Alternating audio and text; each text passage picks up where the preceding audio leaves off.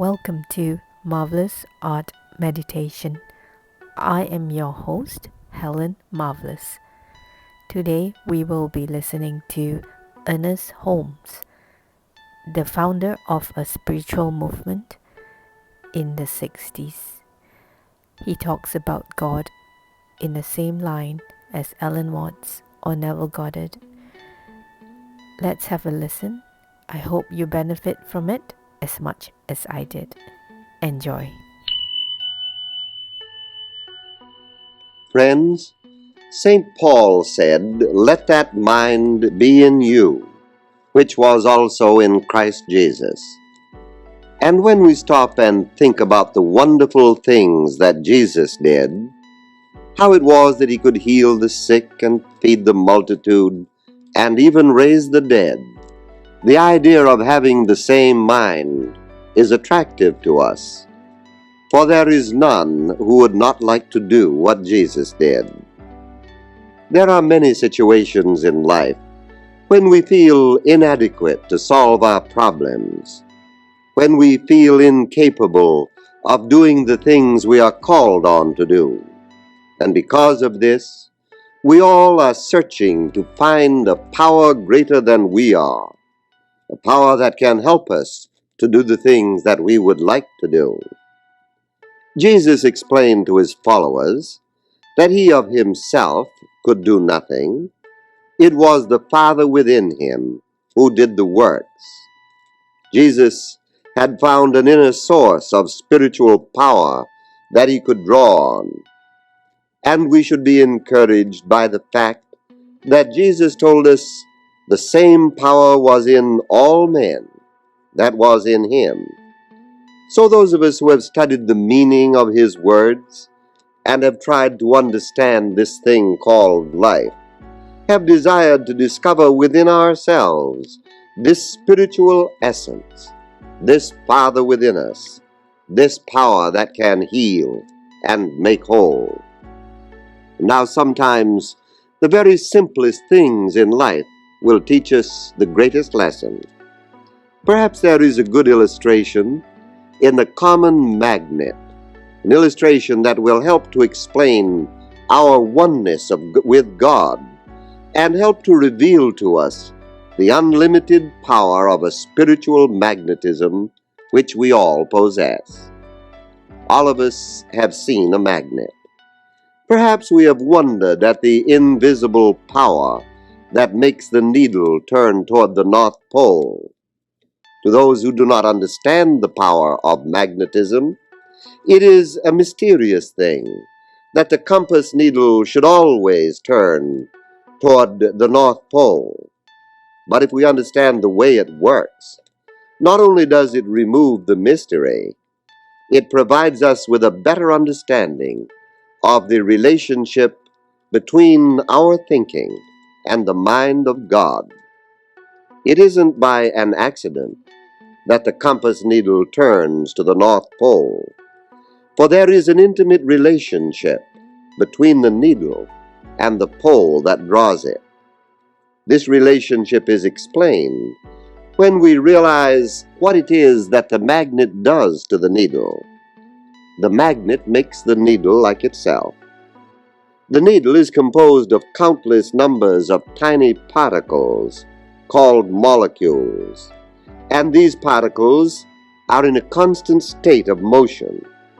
The reason that the needle is pulled toward the pole is because the magnetism of the North Pole moves all these tiny particles in the piece of steel in such a way that they move in the same direction, and in the same direction as the particles or the molecules in the North Pole. And when these tiny particles in the compass needle are moving in the same direction, when they are moving with the same motion as the particles in the North Pole, then there is an activity in each of them that is exactly alike. The magnetic power of the North Pole directs the action of the molecules in the needle that is drawn to it. It is just as if the magnetic power of the North Pole were flowing through the needle and directing its course. For you see, the needle then is being guided by an invisible power, and a power that is greater than it is. This is an important thing to consider in the relationship between the needle and the magnet. Before the magnetic power began to direct the tiny particles or the molecules of the needle, all these molecules were going in different directions, and they were in a state of confusion. They were active, all right, but their activity was not pointed in one given direction. Now, just as soon as the invisible power of the magnet begins to flow through the molecules of the needle, they are brought into harmony and into order, and they begin to move as though they were one with and a part of this invisible force. It is wonderful to realize that a magnetic force at the North Pole, thousands of miles away, can reach into the heart of a needle at such a great distance and bring all its inner parts into harmony and give it purpose and direction. Let's see how this illustration from nature would work to teach us a great spiritual lesson. Instead of thinking about the North Pole as a magnetic center that draws needles, let us think of the mind of God as a North Pole for each one of us. It is a magnetic force that draws everyone upward and onward. Just as we think of God as the universal magnet, let us think of ourselves as being the compass needles which can be guided by this divine intelligence when we permit it to magnetize us. Now let us remember that before the compass needle pointed to the North Pole, the molecules in it were in a state of confusion. Now isn't this pretty much like our own minds before they become magnetized by the mind of God?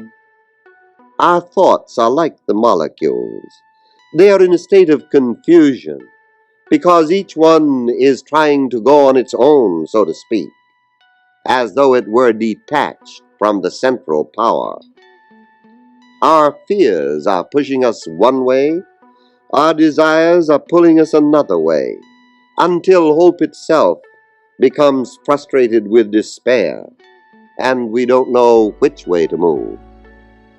But if we would just walk apart for a moment, just for a moment of prayer, and say, as Jesus did, "Father, thy will be done, not mine," then the same thing would happen to us in an instant that happens to the needle when the magnetic power begins to make it right inside. And let's be comforted by this thought. The magnetic power of the North Pole did not judge the needle. It didn't ask it whether it had been good or bad, or whether or not it had made mistakes in the past, nor did it make it wait for a long period of trial or endurance. It simply made everything all right by its own presence, and it did this in an instant. Now the magnetism of God is just like this.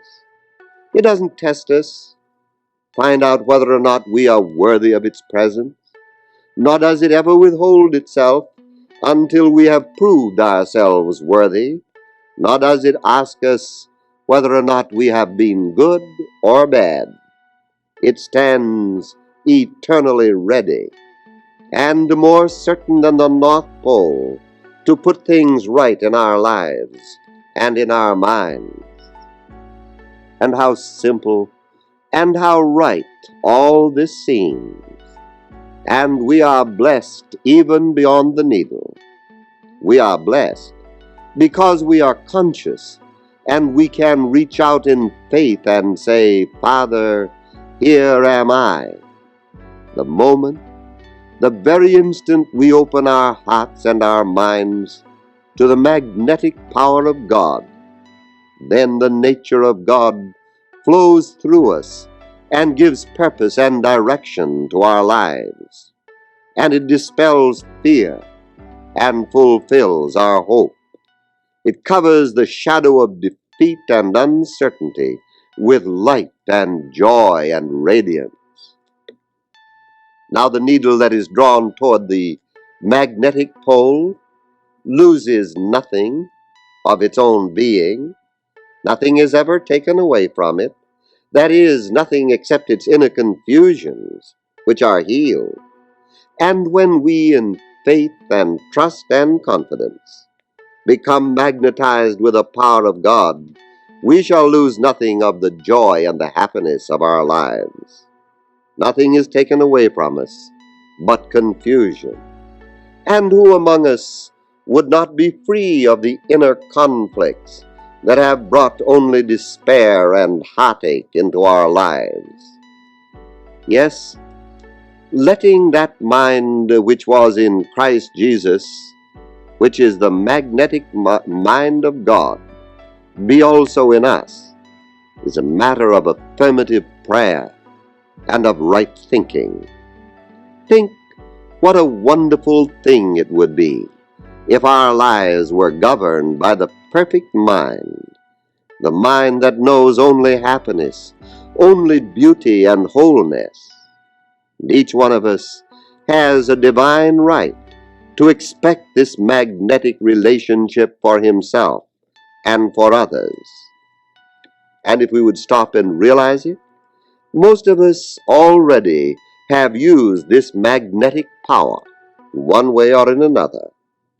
We have sat across the room from someone who is laughing, and the laughter has reached our ears, and something within us has responded to the joy and the music of the laughter, and has made us a part of it. Then we wanted to laugh too. And the reason we wanted to laugh was that the magnetic power of the laughter flowed through us because we listened, and it touched our minds, and it became a part of us. We in turn can become magnets of joy and happiness. For you see, when we laugh, then the magnetism of our laughter readjusts the mental molecules of sadness in others, so that their minds also point to happiness. The same thing happens when we talk with someone who is peaceful and calm, when we come into his presence, perhaps in a state of confusion, but simply by being in his presence, we become magnetized by his serenity. We begin to feel peaceful. And all about us, there are positive magnetic poles that can pull us in the direction of greater peace and more power and better health. Everywhere in life, there is goodness and there is beauty. These are the magnets we would have order our lives, for these are all part of God. When we say, I and the Father are one, we become magnetized by the life of God. For as surely as the North Pole calls to the needle, so surely the Spirit calls to our minds, as though it were saying, permit me to enter. We all feel this call, and whether or not we know it, all of us are in search of something that can make us whole. And there seems to be something in us, something even in our most distressing moments, which knows that there is a power greater than we are, and it knows that we can turn to it. Let's see then just how this would work in practical experience. Suppose we should find ourselves in confusion inwardly and surrounded by confusion outwardly, until our thoughts are like the molecules in a piece of steel, that we're going first one way and then another way and getting nowhere.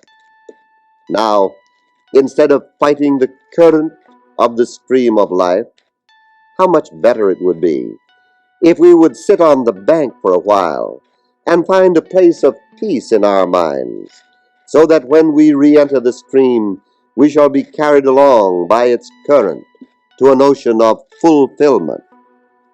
But just what should we do if we find ourselves in the midst of this confusion? First of all, we should realize that there is a power, a divine magnetism, which can heal our confusion. We do not have to heal it.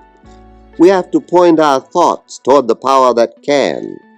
So we may say to ourselves, God is not confused, and my life is God's life. God is infinite and perfect peace, and this infinite and perfect peace governs my thoughts and my actions. And because my thoughts and actions are governed by the presence of a peace that is never disturbed, I know that whatever confusion there is shall pass away. Let's live with this until it becomes real to us, until there is nothing in our hearts that argue against it. Let's live with it until we feel and know it without question. Sometimes we have to tell ourselves over and over again what the truth is. But let's do it. Let's keep at it until peace comes. Jesus said to pray without ceasing. And so as often as necessary, let's be quiet and know that God is peace. And as surely as we do this, peace will come. Let's see how this works out in acquiring self-confidence. For just as surely as this principle can be used to bring peace into our lives, it can be used to bring us confidence. If we are lacking in confidence, it is because our thoughts have been demagnetized by our defeats and our failures. Now let's magnetize our thoughts with faith. We can do this by realizing that life is never uncertain of itself. The universe in which we live is certain. Every star and planet, every blade of grass, and every sunset reflects the certainty and the authority of life. We are drawn and governed by the same life and the same certainty. Now the following statements will help us to make this confidence real. Divine life sustains me. God's presence is the certainty of everything I do. Infinite intelligence directs me, and I dwell in the house of the Lord forever. When we do this, we shall obey the law of good, which at once will begin to serve us. Without laborious effort, the divine magnet moves silently into the stream of our lives, and we awaken to a new confidence, which gives us the faith and the courage to live a victorious life. We realize that God is the infinite magnet, and when through our thoughts and our faith we are drawn to God, then never again will we have to walk in the shadow of fear, but we shall be drawn by the infinite shepherd into the influence of that mind which knows no doubt, no fear, and no uncertainty, the all-conquering power of good. Did you know that you are a wonderful person in your own right?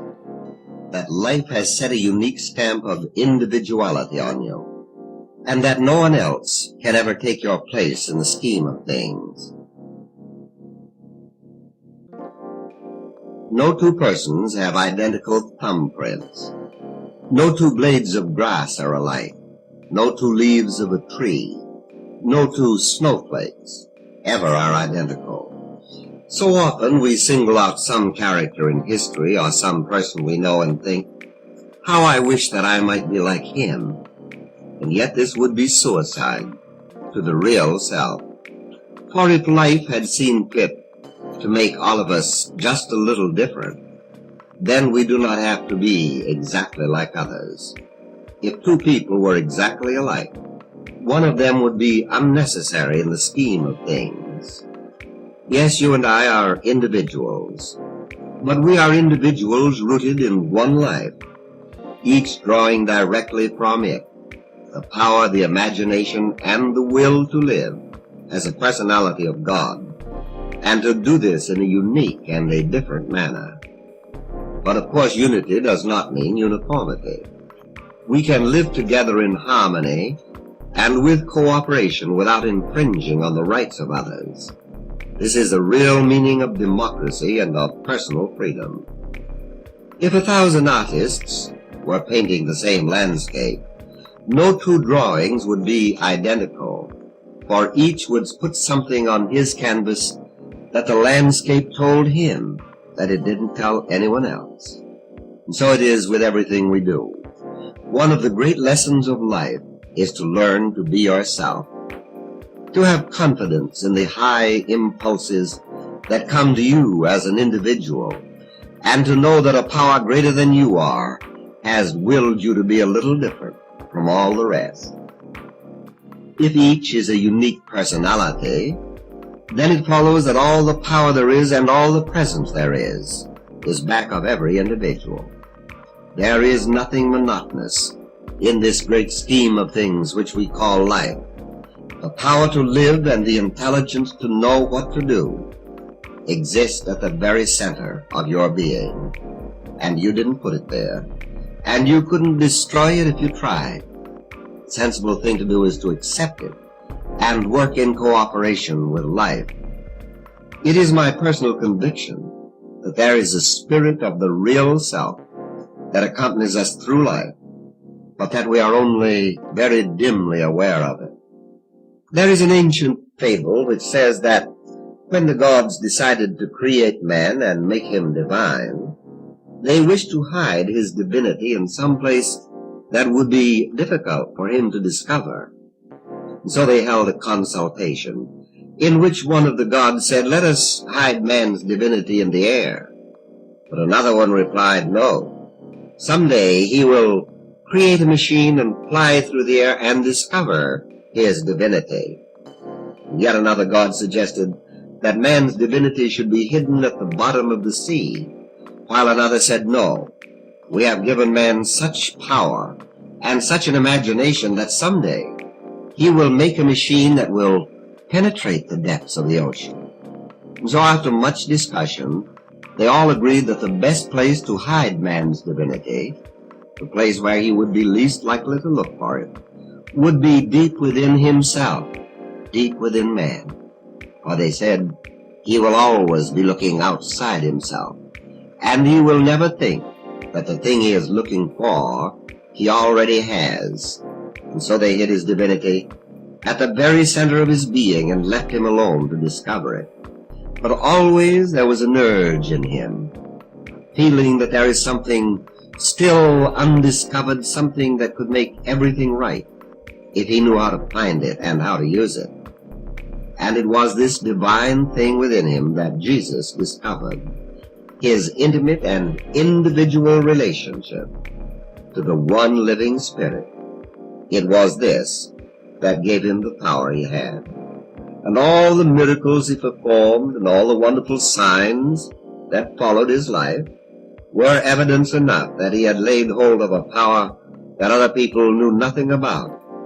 Yet they already possessed the things which they were looking for in someone else. And don't you think this must be what Jesus meant when he said that it is neither in the mountain nor at Jerusalem, but within yourselves, that you must discover the real kingdom, the actual spark of life, the pattern of your own divinity. How true it is that we have searched everywhere.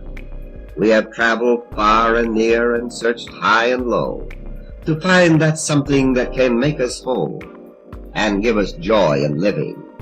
And seldom indeed has anyone realized that the wonderful person he is, the thing he is really looking for, is really the divinity already hidden within himself.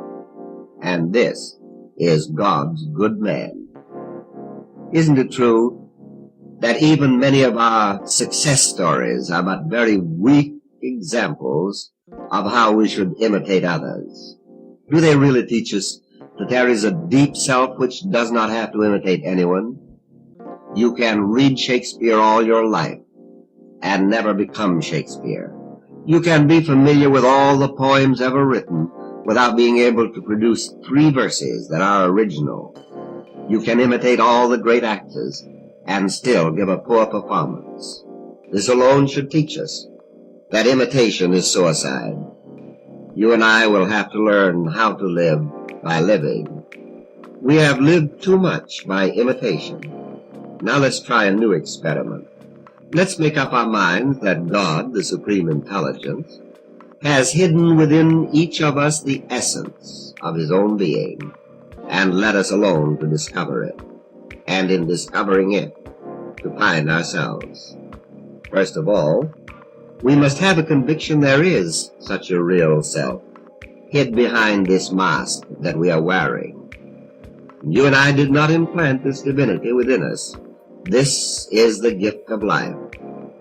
How can you account for those inner strivings you have, the feeling that stirs within you, unless it is an echo of some deep self wishing to become revealed? You see, life has made us individual.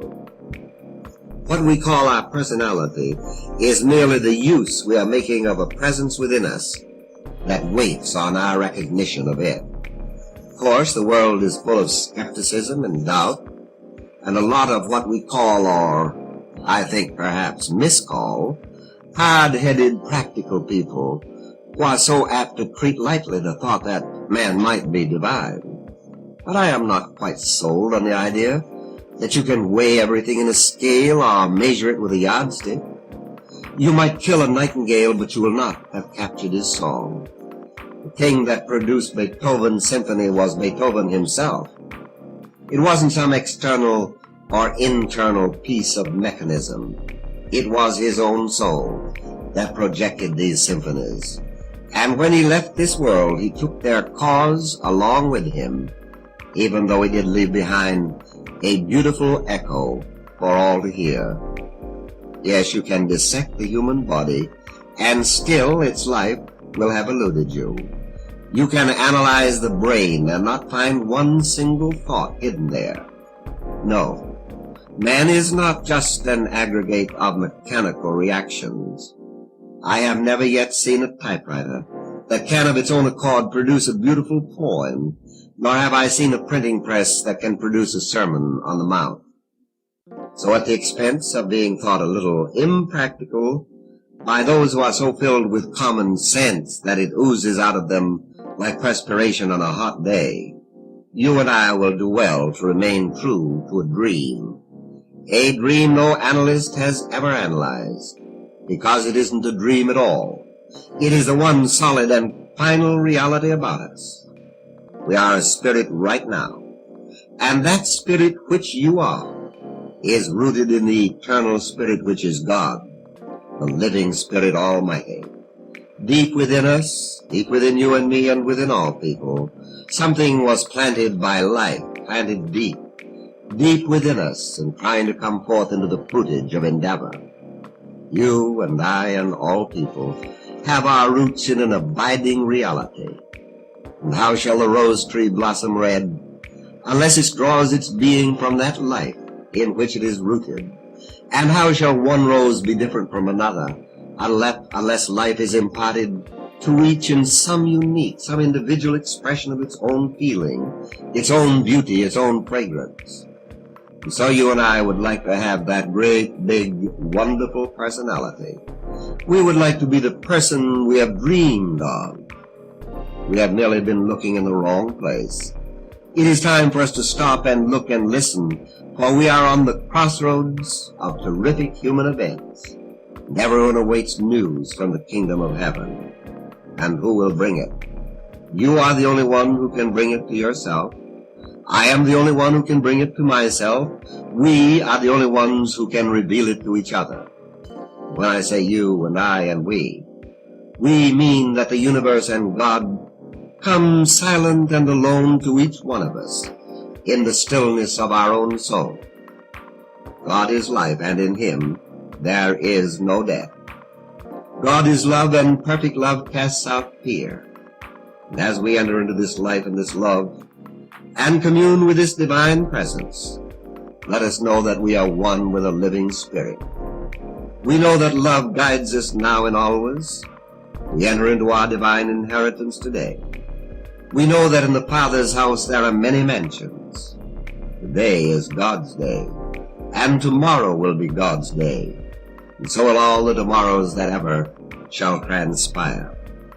Love prepares the way for us here, and love prepares the way for us there.